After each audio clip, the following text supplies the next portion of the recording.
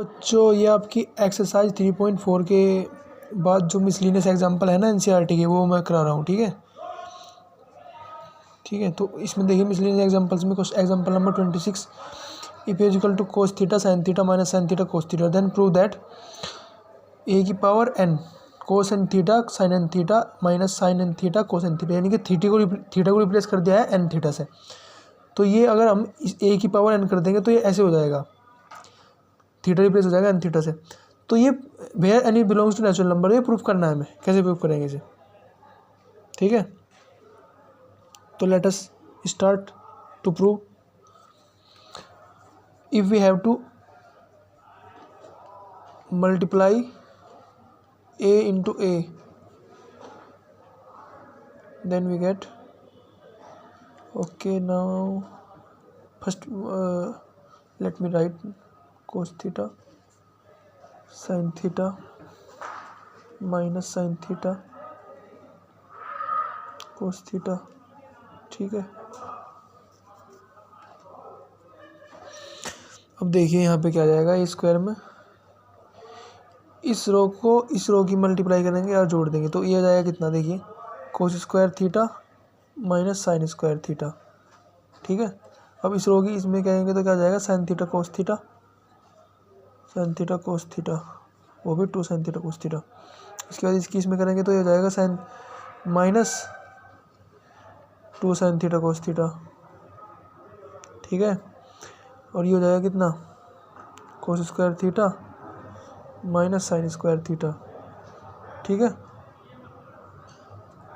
ये हमारे पास आ गया। उसके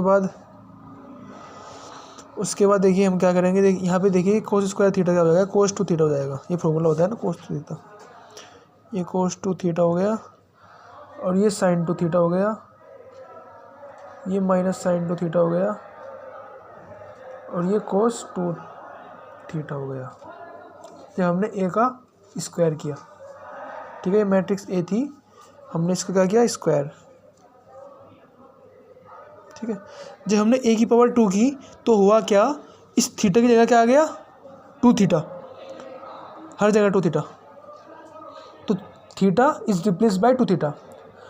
and when V A cube, जब हम ए क्यूब करेंगे, ए की पावर 3 करेंगे तो क्या होगा, ये थीटा की जगह क्या आ जाएगा, 3 थीटा हो जाएगा। तो 3 थीटा यहाँ पे 3 हो जाएगा सब जगह। ठीक है, जब ए की पावर 4 करोगे तो क्या हो जाएगा, theta is replace by 4 theta, तो cos 4 theta sine 4 theta minus sine 4 theta cos 4 theta. तो इस तरह से जैसे जैसे आप पावर करते जाओगे ऐसे जैसे क्या हो जाएगा, थीटा चेंज होता जाएगा। तो अब हम देखिए हमें क्या करना है, ए की पावर एन की वैल्यू निकालनी है।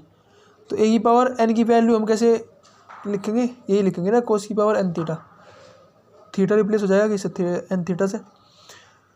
तो देखिए ये हो जाएगा हमारे पास। अब ध्यान से देखिए हमें क्या प्रूफ करना था, हमें यही प्रूफ करना है ना, यही तो यही प्रूफ किया थी हमने, आगे नहीं वही सेम चीज़। तो इस तरह से हम निकाल सकते हैं ए की पावर एन को भी। ठीक है, ऑब्जर्वेशन से, इसे बोलते हैं ऑब्जर्वेशन मेथड। ऑब्जर्व करते हैं कि एक पैटर्न बनना है, ए स्क्वायर निकालेंगे फिर ए क्यूब निकालेंगे, तो आप ए क्यूब निकाल सकते हो। ठीक है, ए स्क्वायर में ए की मल्टीप्लाई कर दोगे, दोबारा यहाँ पे मैट्रिक्स लिख दोगे, इसकी मल्टीप्लाई करेंगे तो यहाँ पे 3 थीटा आएगा। तो इस तरह से आप निकाल सकते हो।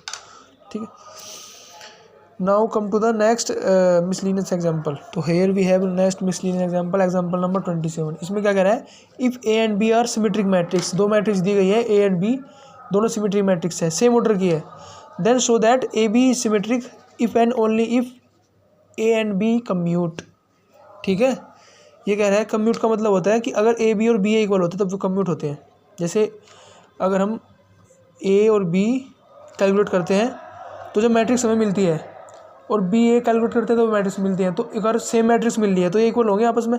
तो हम बोल सकते हैं A and B commute each other. ठीक है, कम्यूट कर रहे हैं एक दूसरे को।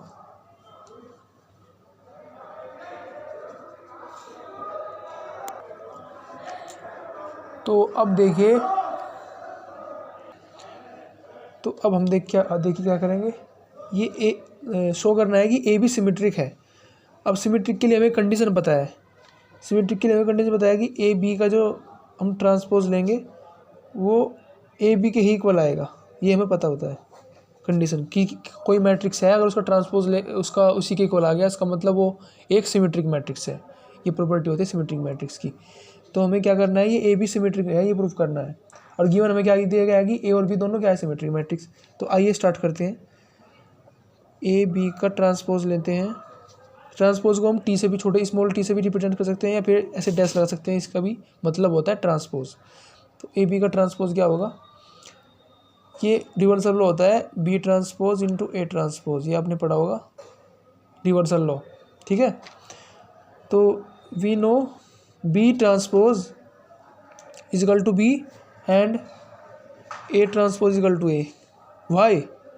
गिवन इन द क्वेश्चन कि बी सिमेट्रिक मैट्रिक्स है और ए भी सिमेट्रिक मैट्रिक्स है, तो क्या होगा, उनका ट्रांसपोज भी क्या होगा, उसी मैट्रिक्स के इक्वल आ जाएगा। So we can say A transpose equal to A and B transpose equal to B. Now replace B transpose by B and A transpose by A. तो क्या आ गया, B into A, तो A B का whole transpose हमारे पास क्या आ गया अभी, B A, ठीक है। और हमें गिवन क्वेश्चन में क्या दिया गया है कि B A इक्वल है A B के, क्योंकि ये एक दूसरे को कम्यूट कर रहे हैं। अभी दिया गया है ना क्वेश्चन में A B equal to B A, तो हम B A को क्या लिख सकते हैं, A B। तो A B का ट्रांसपोज हमारे पास क्या आ गया, ए बी, यानी कि ए बी क्या है, ये ए और बी दो अलग अलग मैट्रिक्स है, और उन दोनों मैट्रिक्स को मल्टीप्लाई करने के बाद भी हमारे पास एक मैट्रिक्स आएगी, जिसे मैं ए बी मैट्रिक्स बोल रहा हूँ। तो ए बी मैट्रिक्स का जो ट्रांसपोज है वो हमारे पास ए बी ही आ गया। इसका मतलब क्या है, इसका मतलब है A B is a symmetric matrix, and that's what I have to prove in the question. तो योर क्वेश्चन इज डन, हो गया, समझ में आया, ठीक है। तो ऐसे हम ईजिली क्वेश्चन को सोल्व कर सकते हैं। तो थैंक यू बच्चों, पढ़ते रहिए, मेहनत करते रहिए, मेरी वीडियोज़ आती रहेगी। तो उसके लिए आपको मेरा चैनल सब्सक्राइब करना पड़ेगा उससे पहले, ठीक है। तो चलिए प्लीज़ चैनल को सब्सक्राइब कर ले और नोटिफिकेशन की घंटी को ऑन कर ली, ताकि नोटिफिकेशन आपको सही टाइम पे मिल जाए।